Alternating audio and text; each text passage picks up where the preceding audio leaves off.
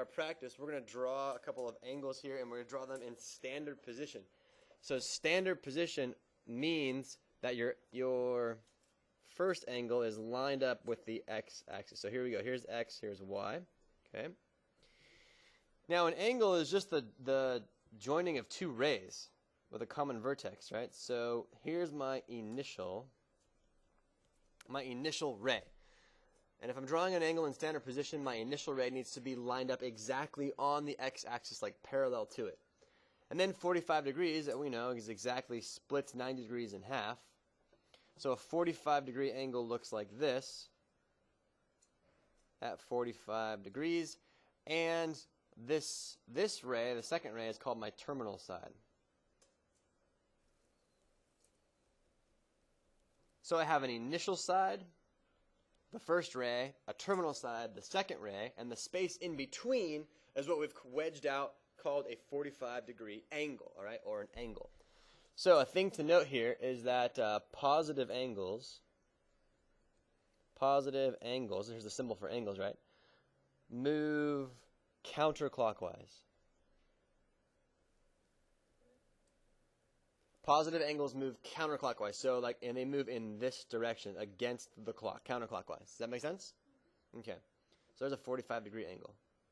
Okay, use your protractor there and draw a 1. Okay, so yours should look something like what mine does in part B there, right? It terminates in quadrant 2. This is my initial side over here. This is my terminal side, and then the space between the angle makes 125 degrees of an angle. Does that make sense so far? Okay, so now let's talk about negative angles then. So if positive angles move counterclockwise, then what does that mean negative angles move? They move clockwise, right? So if I have a negative 30-degree angle, okay, I'm going to start off with my initial side lined up with the x-axis here. And then I'm going to go 30 degrees in the clockwise direction down, so it would look something like this right here. This is a negative 30-degree angle. So notice negative 30 degrees puts me into quadrant 4, because this is quadrant 1, this is quadrant 2, quadrant 3 again. Yeah, they overlap. You guys hit it right on the head, right? So you would think that there's only there's only 360 degrees in a circle, when in fact, right, you can go all the way around. So since 405 degrees is the same thing as 360 degrees plus 45 degrees, what we're going to do is we're going to take our angle, we're going to go all the way around once, 360 degrees, and then we're going to go up 45 degrees. And you get this cool little spiral thing that's happening. Yeah, kind of strange. So there's my initial side there. And then my terminal side looks, what happened there?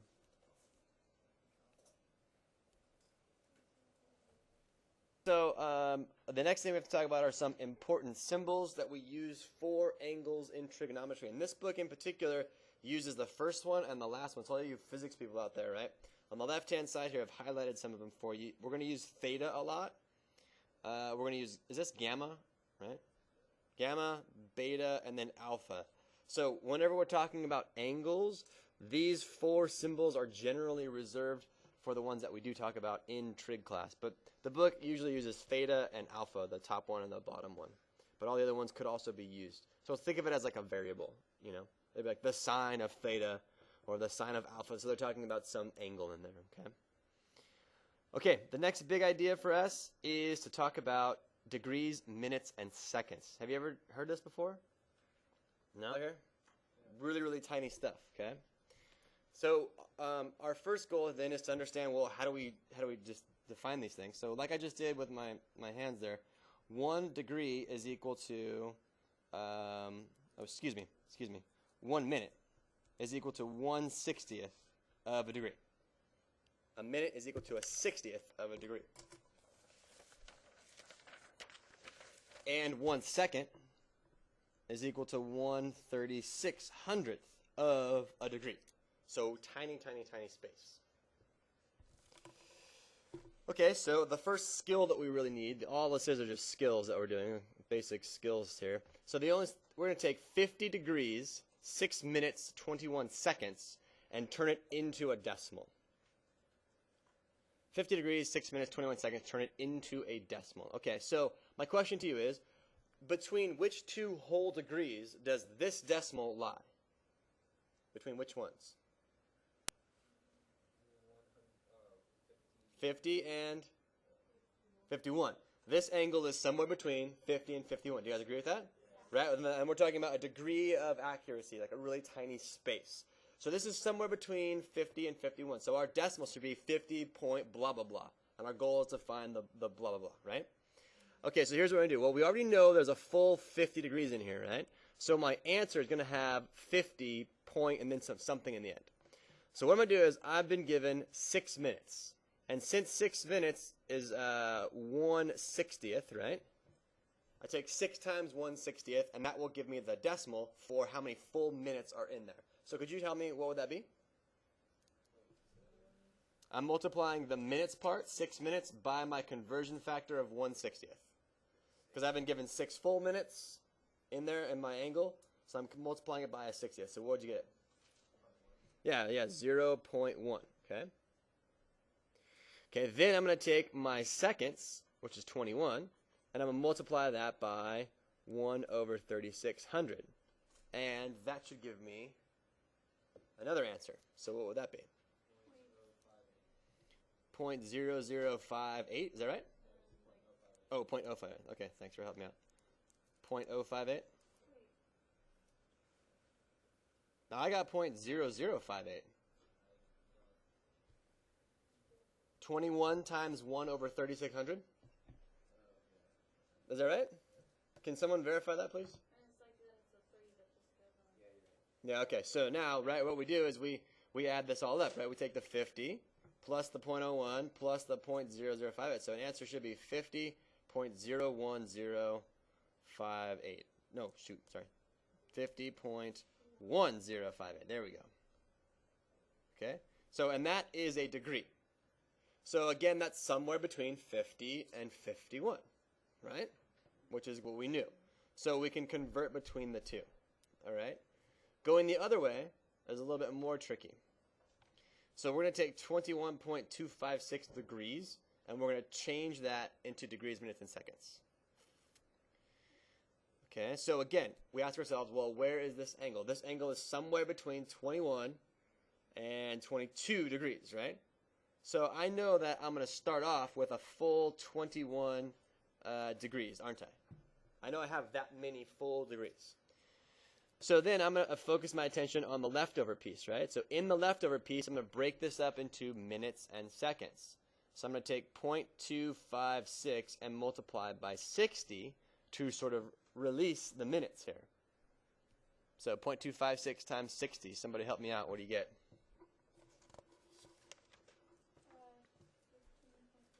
15.36. So my question to you is, how many full minutes? 15. So this gives me the 15 minutes. You guys with me? Okay. Now then, how do I get to the seconds? Well, I take the 0.36 and I multiply that by 60. Now, some people would think it should be 3,600, but you have to remember, we already got the 0.36 by multiplying it by a 60 in the first place. So if we did it again, we'd be overstepping our bounds, right? So we'd go again by another 60, and what would that give us? This will give me 21.6. So this is a full 21 point, if you want to go 0.6 seconds, right? So there we go. Now, the book might round that up to 22 seconds. Not exactly sure what they want, but let me give you a demonstration on the calculator and how we can do that second one, okay? File, new, and we'll hit OK, and we'll hit play, and put you away. Okay, so I'm going to show you how to do the second one. So we're going to take 0.256, and we're going to multiply, we're going to change that into degrees, minutes, and seconds. So here's how you do it. Oh, thanks. There we go. Okay, we're going to hit second, and then we're going to hit apps. Second apps brings up the angle menu. And you can see you have a variety of options, right? The first one is a degree. Second one is a minute. R is, I'm not sure what that one's for. radius maybe. But this one down here, DMS, that stands for degrees, minutes, and seconds. So push enter again, bam, there it is. 21 degrees, 15 minutes, 21.6 seconds. Pretty cool, right? You have the ability to do that now. Okay? So you gotta have the skill and you gotta have the tool. All right, the skill is what I just showed you, and the tool is. Okay, there are two ways that we use in mathematics to measure angles. One of these ways is called a degree. And you know what? We're pretty good at that. Would you guys agree with the degree? The second way is the radian. So that's going to be our focus. What the heck is a radian? Okay. It's actually a much more natural way to measure an angle. Let me give you a little demonstration. You do not have to write the circle part down. Okay? Let me give you a demonstration here. So I have two circles. Would you agree with my two circles here? And they're different sizes, right? So that means they have different radius. So I'll call this one radius 1. I'll call this one radius 2. You okay with that part? Okay, so if I took my radius 1 and I took the same length of radius 1 and I put it vertically and perpendicular to my circle. Okay, now here's the abstract part. Think of it as like a wet noodle. Think of it as if you were to bend the radius back onto the curve of the circle, you would cover in blue about that much. Would you guys agree with that? I mean, my cheesy little sketch, would you agree it's about that? Yeah? Now, if I were to draw an angle and make an angle out of that, that would be 1 radian. How easy was that? Now check it out. Let's do this same demonstration with R2. Same thing, there's R2, about that right now. Use your imagination, bend it back on, and I would cover about that. Would you guys agree? And check it out. Oh my God, it's the exact same angle. So a radian has nothing to do with the radius of a circle, right? The angle is totally independent. It doesn't seem like that should work, but it totally does. So if you think about this, okay, here's a couple of things that we should write down. How far around the circle? What do we call that word? Circumference. And is there a formula you learned in geometry for circumference? Nope. That's area. Nope. What is it? There you go. Okay, so the circumference of any circle is 2 pi r, correct? Yeah, they're like, where am I going with this, right? Okay, and then how many degrees in a full circle? 360 degrees is equal into a full circle, right? Now, I just told you that the radius is independent of the angle, right? So we might as well just call the radius 1 for now to discover a few things. So that means 360 degrees is equal to 2 pi, and that is our first relationship that we have. If you go all the way around the circle, you have gone a measure of 360 degrees. If you've gone all the way around the circle, you also have gone a measure of 2 pi radians. Okay? So, the equivalent thing that we need to know is that 360 degrees is the same thing as 2 pi radians. That's just the name of it. Okay? So now a couple of neat things happen. What if I divide both of this box that I have here, I'll highlight for you. If I divide both sides by 2, what do I get? 180 degrees is equal to how many radians? Pi radians. So when you're talking about 180 degrees, you're also talking about pi radians. So let me ask you a question. What's bigger, 1 radian or 1 degree? 1 radian is much bigger. Look, that's right here. Right? Here it is. This is 1 radian. It's bigger. Okay, now if I divide both sides of my box that I have here in blue by pi, what do I get? No. No. If I divide both sides by pi, what do I get? 1 radian. What? 1 radian is equal to what is wrong with this? Come on. Junior Eraser. There we go. 180 over pi degrees. And that is our conversion factor for radians to degrees. And then I think Olivia just said that this was about, how much was it? So 295, if we round up to one decimal place, that'd be 57.3. Do you agree? Hey, doesn't this angle look to be about 57.3 degrees? And doesn't that angle look to be about 57.3 degrees? I mean, if I had to guess it, I'd say about 60, right? With the way I did it, but that's pretty darn close. So we now know that 1 radian is 180 over pi degrees. Okay, I need one more special conversion factor, and this one will be in green for us right there. If I go back to my blue box, if I divide both sides by 180, what would I get? 1 degree would be what? If I divide both sides, there you go, pi over 180 radians. Okay, and then that will be in pink. Can you guys still see that? Not at all. That's amazing. Sorry about that. We'll go back to yellow. Okay, here we go. And again, this is just another skill that we have to have in trig. So not a lot of deep thinking, just top of the head knowledge for today. Okay, let's convert from 30 degrees into radians. Okay. So what we're going to do is we're going to take our 30 degrees. We're going to multiply by our conversion factor of, let's take it out, what was it? Let's see here. 1 degree is pi over 180 radians, so I need to multiply by pi over 180. That gives me 30 pi over 180, which of course is just 3 pi over 18, which is just pi over 6. So there we go. 30 degrees is the same thing as pi over 6 radians. Nope, you leave it in exact form, pi over 6. That's what we're going to be working with a lot. Okay, can you guys do negative 4? Negative pi over 4. Yeah, you're right.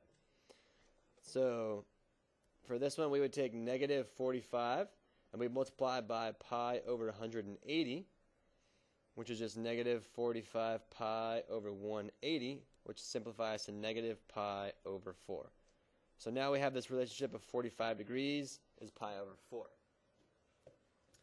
By the way, there is a great table on page 502 that you should probably look at in your book. There's a great table on page 502. You should check it out. Okay, now let's go the other way. All right, let's take a radian and turn it into a degree. So if I've got 3 pi over 2, I'm going to multiply by 180 over pi. Notice that it's the reciprocal of what we were using before. Okay, one neat thing when you take the exact value is that the pi's, of course, cancel out.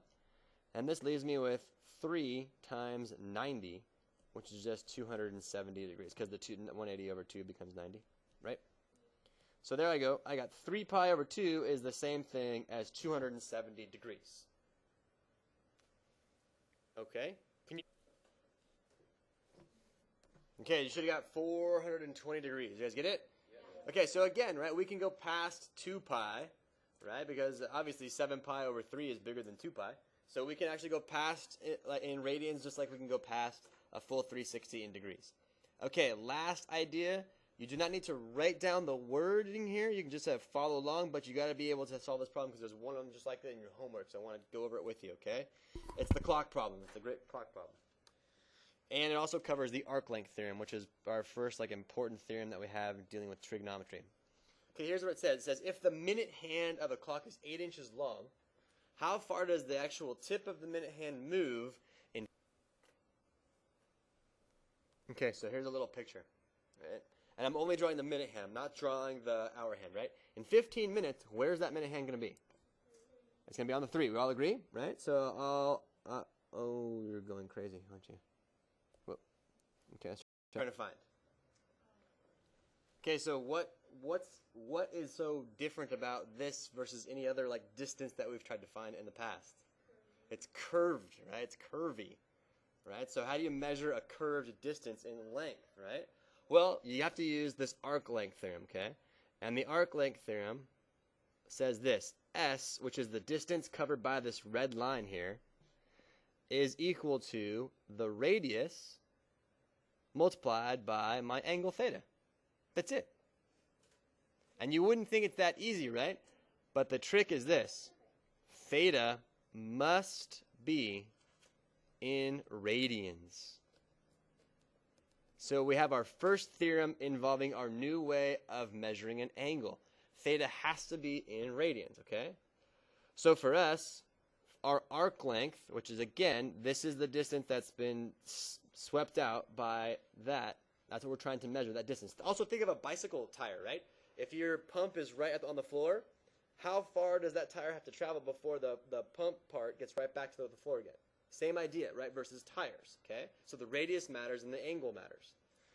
Okay, so what do we need? We need a few things, don't we? So S is equal to R times theta. So S is my radius, which I happen to know is 8 inches. But what's the thing that I don't know?